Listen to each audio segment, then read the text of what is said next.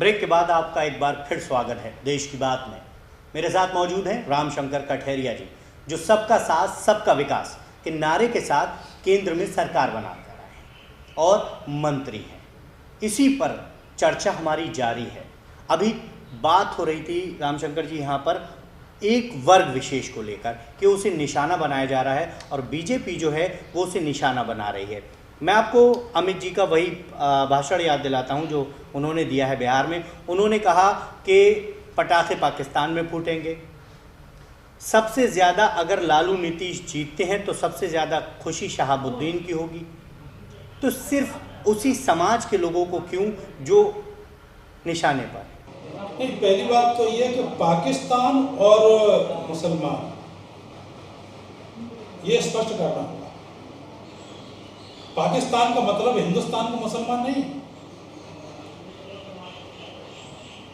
ये पाकिस्तान की बात हम करते हैं, इसका मतलब मुसलमान की बात करते हैं हिंदुस्तान की। ये बात बिल्कुल नहीं है।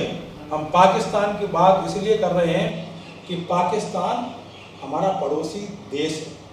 हम मित्रता चाहते हैं, लेकिन वो मित्रता नहीं, दुश्मनी का व्यवहार करता है।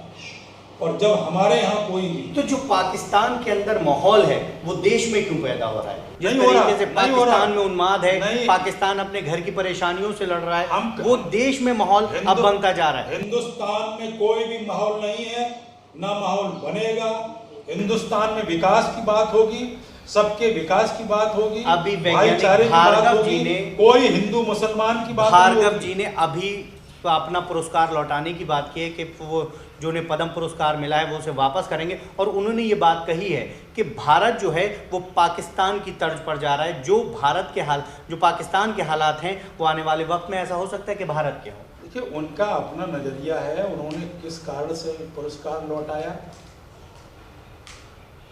किसने उनको इसकी प्रेरणा दी, क्यों लौटाया?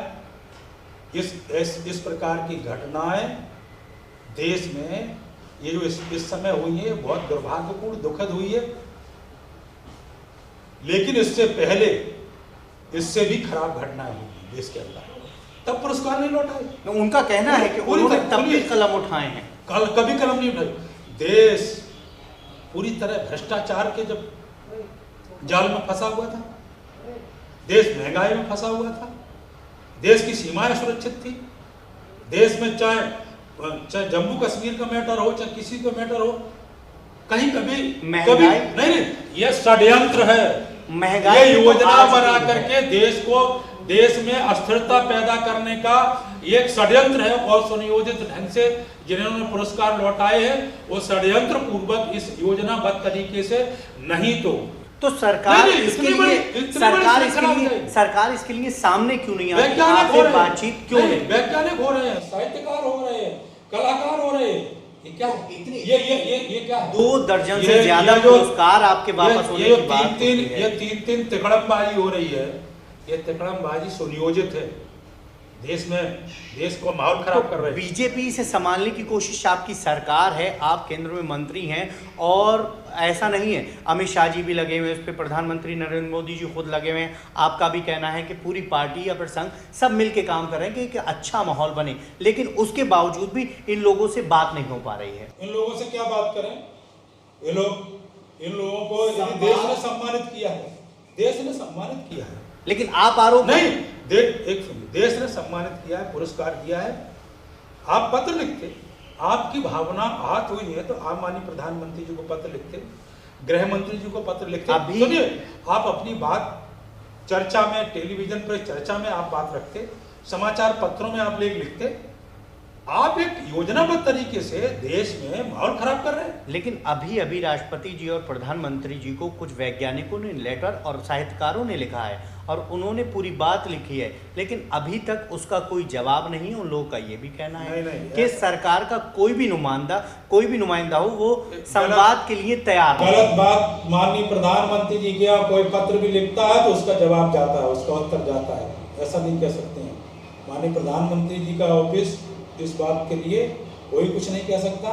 मैं हाँ ये जरूर कहूँगा कि कोई घटना घटे। लेकिन आप बात कैसे करेंगे? आपका तो कहना है कि ये एक योजनाबद्ध तरीके से ये सारा काम हो रहा है, कि ये एक खेमे से हैं। उनका भी ये कहना है कि खेमे में लगा दिया जा रहा है, खेमे में बांट दिया जा रहा है। तो जब राष्ट्रीय सम्मान दिया जाता है, क्या किसी खेमे वाले को दिया जाता है? मैं खेमे की बात नहीं कर रहा, और खेमेबाजी हुई है, मैं इसमें भी कोई नहीं कहूँ, खेमेबाजी होती है,